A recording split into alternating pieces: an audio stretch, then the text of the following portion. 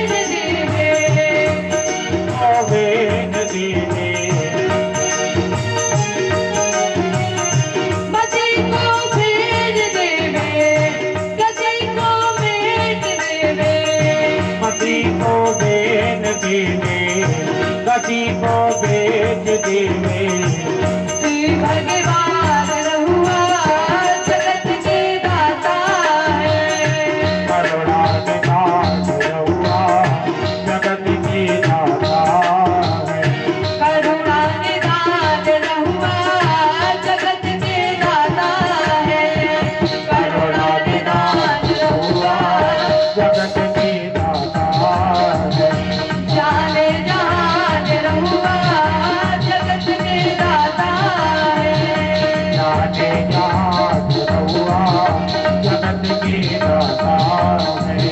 करुणा निधान रहुआ जगत के दाता है। करुणा निधान रहुआ जगत के दाता है। जगत के दाता है, जगत के दाता।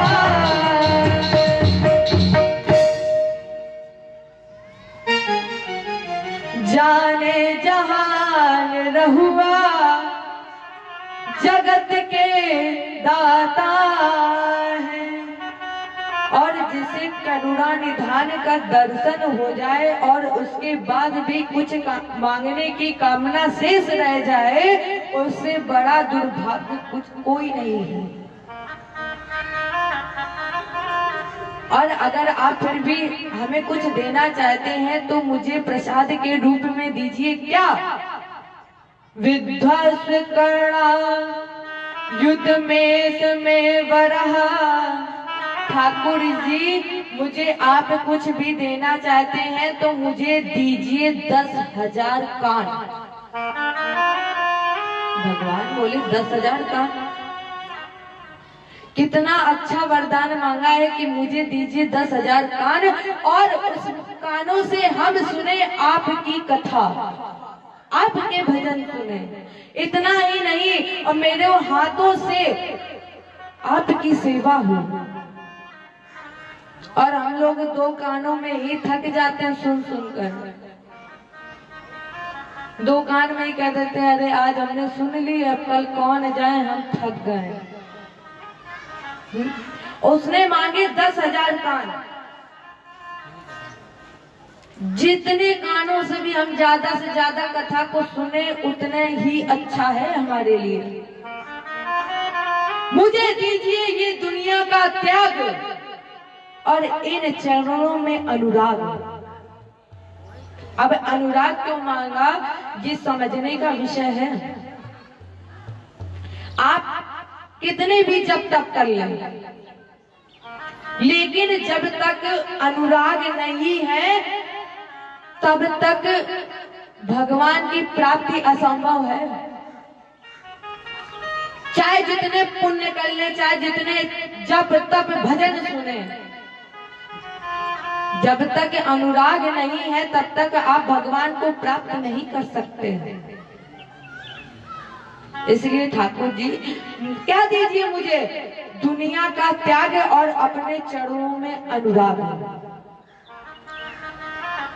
इन्होंने शरद कुमार जी से दीक्षा ली और ज्येष्ठ पुत्र को राजा बनाया। बाकी सारा शेष जीवन इन्होंने भगवत को समर्पित कर दिया। इन्हीं के ही वंश में हुए प्राचीन वही। इन्होंने तो इतने यज्ञ किए कि इन यज्ञों में उपर्युक्त कुशाओं का जब विसर्जित किया गया तो ये सारा भूमंडल फट गया। इन्हीं के पुत्र का नाम था प्रचेता। यही आगे चल करके दक्ष जी का जन्म हुआ। लेकिन राजेंद्र, इन दक्ष का इतिहास मुझे आगे चलकर मुझे सुनाइए, क्योंकि अभी मेरे मन में एक विचार उठ रहा है। कल आपने चर्चा की थी कि स्वयंभू मनु के दूसरे पुत्र का इतिहास मुझे श्रवण करना है। 2 पुत्र बताए थे, प्रियव्रत और उत्तानपाद। तो महाराज जी, प्रियव्रतो उत्तानपादौ सतरूपा पते सुतौ। ये तो हमने आपके सामने उत्तानपाद का जीवन, इनके वंश की व्यवस्था, उत्तानपाद के ही भाई प्रियव्रत जिन्होंने 2 विवाह किए। अब राजा परीक्षित ने कहा गुरुजी बस यहीं 1 मिनट रुक जाइए। क्यों? प्रियव्रत ने 2 विवाह क्यों किए? प्रियव्रतो भागवत आत्मा राम कथम मुनि और ग्रहे रमत अनमूला कर्ण बंद बराभव। जो नारद के उपदेश से विरक्त हो चुका है उसने गृहस्थ जीवन कैसे अपना लिया। सुखदेव जी ने कहा, राजेंद्र ये तो सत्य है कि गृहस्थ जीवन में अनेकों व्याधियां हैं। गृहस्थ जीवन में अनेकों व्याधियां हैं, लेकिन यही गृहस्थ जीवन 3 बातें याद रख ले तो जितनी व्याधियां हैं सब समाप्त हो जाएंगी। पहली, मातृ पितृ देवो भव।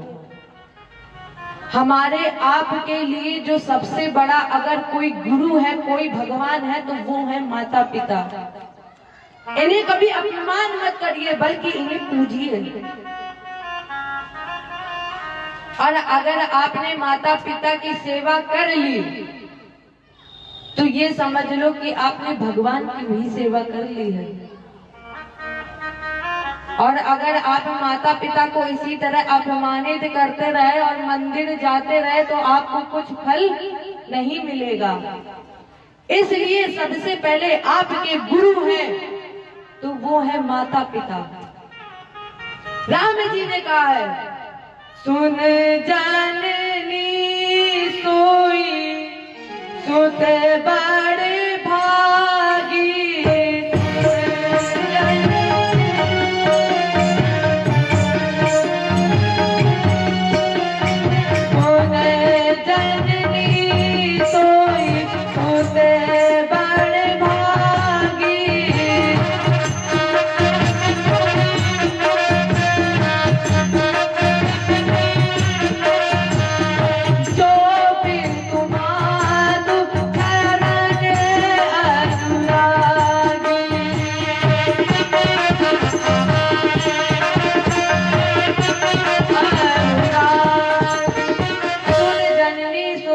बड़भागी जो पितुमात चरण अनुरागी।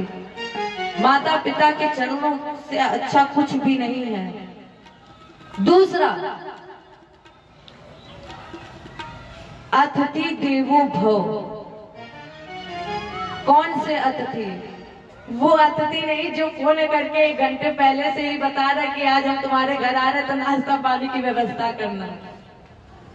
वो अतिथि नहीं होते हैं। अतिथि वो होते हैं जो बिना बताए आ जाए तुम्हारे गेट पर, वो अतिथि है, उन्हें पूजिए। तीसरा, गुरु देवो भव। गु माने अंधकार, रु माने प्रकाश। जो अपने शिष्य को अंधकार से निकालकर प्रकाश की ओर ले जाए वो सच्चा गुरु है। वो सच्चा गुरु है जो शिष्य को अंधकार से प्रकाश की ओर निकाले, ना कि वो सच्चा गुरु है जो शिष्य को अंधकार से प्रकाश से अंधकार की ओर ले आए। वो गुरु नहीं है। फिर